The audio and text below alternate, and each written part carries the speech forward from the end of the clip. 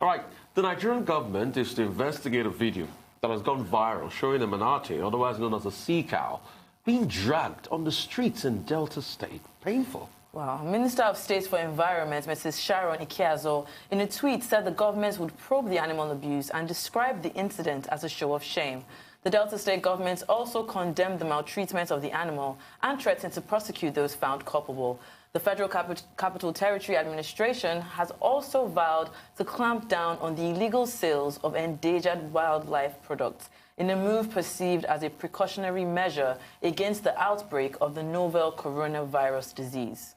Well, indeed, manatees are occasionally called sea cows as they are slow plant eaters, peaceful and similar to cows on land. They often graze on water plants in tropical seas. And joining us now is Chinedu Mogbo, a passionate environmental and wildlife conservation advocate and founder of the Green Fingers Wildlife Conservation Initiative. Thank you so much for joining us this morning. Thank you. And let me just quickly add one fun fact there. The manatees, did you know that the myth about the mami water, which is the mermaid in Nigeria, can be traced to this beautiful animal? Yes. Right. Yes. As a passionate conservationist, Chinedu, when you interact with such people that we see from Delta State in that video, what is their excuse? Is it that they are unaware? Because I know you've tried to rescue a lot of animals. Yes, we have. Is it that they are unaware of the dangers of what they do to Nigeria's biodiversity? Or it's just we need to put food on the table? We're doing this for fun. What exactly is it? I think it's a bit of both. You have people who are actually not aware that even these animals, some of them are actually threatened. But these people are not aware. They just feel it's another animal. After all, how many people know the IUCN status of most of the animals we have here in Nigeria? How many people know that some of these animals should not be hunted? How many of them know that these are laws stated by the Federal Ministry of Environment that these animals should not actually be captured or even killed? Talk less of showing them on you have them on social media, some of them boasting, standing on top of them. Oh, we've killed the hippo that was terrorizing our environment. We're able to capture this turtle that has been coming to. You see, that ignorance, it's there. It's a fact. Because wildlife education, even within our curriculum, it only captures a very little fraction, maybe one aspect of the subject areas. And even our children, many of them don't know that these animals need protection. These animals should be protected. How much more people who are in the rural areas or don't have enough education? So that's one part of it, education. Now, the second part is these people are hungry. These people need food. Food is something that you cannot deny a Nigerian from basically filling his belly. Now, we spoke to quite a few of them, and the first thing, okay, when we went to a place where these animals, even the endangered ones, the pangolins, recently that are making the news even, they're being sold on table. And we asked, I put it up that this is a problem. Come and see how we were battered. That why will you stop us from eating bushmeat? What are you trying to say? But it's not about that. It's not about the food. Think about the consequence of having these animals gone from existence. Think about how many animals, even here in Nigeria, that we have actually lost due to these facts. One of the major birds we have it's a state bird. It's called the black-crowned crane. Now, you might see them on some of the pictures that depict Lagos State, but you can't find them anywhere in Lagos. You will never see them flying. And that's our national bird. That's our national bird. In fact, the eagle is not our national bird. The falcon is not our national bird. The black-crowned crane is Nigeria's national bird. Yeah, and you don't see them in the wild because these things have been hunted, sold as exotic pets, hunted for food. Their eggs have been harvested because these people want to eat. Now, I would pity a farmer a fisherman who's taken his own money, bought his nets, gone out fishing. He didn't catch a fish, but a turtle or a manatee ended up in his net. He wouldn't say, oh, okay, this one is not what I came out to look for. Let me let it go. No, he wouldn't do that. He would want to take it. Okay, let's talk about the laws. Okay. Because when you even check the laws, there are not enough penalties. I mean, if you do that, according to the law available, I think the fine is just about 50 naira to do that. So there's no way to prosecute that person. And we sign every convention. We're part of CITES. Yeah. We're part of every convention. But there's no law to prosecute people like this. Yeah, so think about it. People should be able to go to jail for it. Yes, when last was the law reviewed? That's one thing we need to find out. When last did somebody sit down, look at these laws? That's number one. Number two, who is implementing those laws?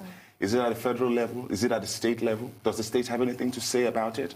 Okay, look at there was this recent video that also a colleague of mine, she tried to rescue a sea turtle.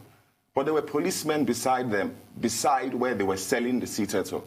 If she didn't have to call their attention to it and say, these people are selling an endangered species, they would have not. It's happening every day. I remember she was on the show and she had to raise $500,000 to rescue that turtle. Yeah, and that's the extent. So even if someone had seen that manatee, you would not have gotten it off by words, mere words alone. You would have paid high price to actually have that taken bump up the price. They will bump up the price because what they see, you see animals currently. Even if you go on Gigi, you'll see a lion is sold for $7 million. You see how much animals are being subjected to this, and people find that it's now a means of wealth. It's now a source of income. But I know as a nation, as Lagos State, we can do more with these things.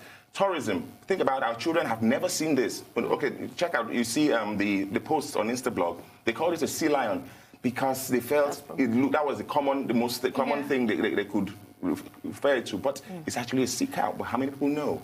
I have a two-tiered question for you. Just to add, it's actually in the Constitution that if you are found guilty of cruelty to animals, you are liable to imprisonment for 6 months as well as a fine of 50 naira. A fine of 50 naira. 50 naira. That means you can pay 50 naira. 50 naira. I mean, who wants to stay in jail for 6 months? Well, I have two questions for you. Now, one is about awareness. I mean, because in what you've spoken about, that looks like one of the solutions. And even the Minister of State for Environment has said that there's going to be an intensive awareness campaign to be carried out. I'm curious to know how Green Fingers Life Conservation Initiative plans to, raise awareness, and also to talk about zoos in Nigeria. I remember, going to the zoo as a child, and the lions there were even, I mean, they were in a very horrible state. How can we start to use that to even educate our younger ones so that they know the importance of these animals? Okay, first about these laws. There was a time I drew the attention of the nursery to pangolins being sold in the market. In fact, you have pangolins, you have these alligators, dwarf crocodiles, and all these animals I'm talking about are actually threatened. Now, they had a bathtub, in fact, a freezer, an old freezer, filled with these crocodiles. And the pangolins also were on display. So I sent a message to them. I tagged them on Twitter that, look at this is the issue. Do something. They said, oh, okay, we'll get back. That was the response I got. Oh, where did this happen? I told them where it happened. I told them, said, oh, somebody will get back to you. Okay. And I said, okay, this is where it is. Go there and make sure something happens. They said, we'll send our delegates down there. Then, as the world was celebrating the World Pangolin Day, I went back to that same place and still saw pangolins on the table, live ones. So before we could actually bargain to take them off, we now put up a video on our channels that these animals are still being threatened. We are still selling them. It is a problem. They are one of the, look at now, coronavirus has been linked to pangolins, and we've had these pangolins in this country for many years. But yeah, there's never been, anyway, but the issue is that if we do not take these laws, if the government doesn't wake up and take these laws into action, nothing will happen. Saying that alone doesn't, I'm not basically going to be excited by, we will take drastic, until something is really done. Yeah. Now, as an organization, as Green Fingers, what we do is that because we rescue some of these animals, the animals we cannot find a place to release back into the wild, we have a sanctuary where we keep some of these animals.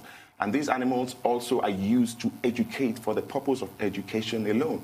So that the children come and they learn. Because even in our universities, frankly, I've been around many universities to find out about the state of their zoological gardens. And it's amazing what you will see. You will find out that universities that train students in zoology don't even, students don't get I mean, how many of them have zoos? Probably only UI Zoo. And if you remember Harun or the gorilla back in the day. If you actually... I would like to say a big thank you. We've run out of time. Thank you so much for the work you do. We wish you the best. And do reach out when you need us to help. Thank you so much. And that brings us to the end of the show today. I'm Adesua Omoruan. I'm Rufai Hosseini. If you see any pangolin endangered, buy it off. And I'm Shaiton Atigari. Thank you for watching. You can also follow us on all our social media handles showing now on the screen, with live streaming, of course, on arise.tv.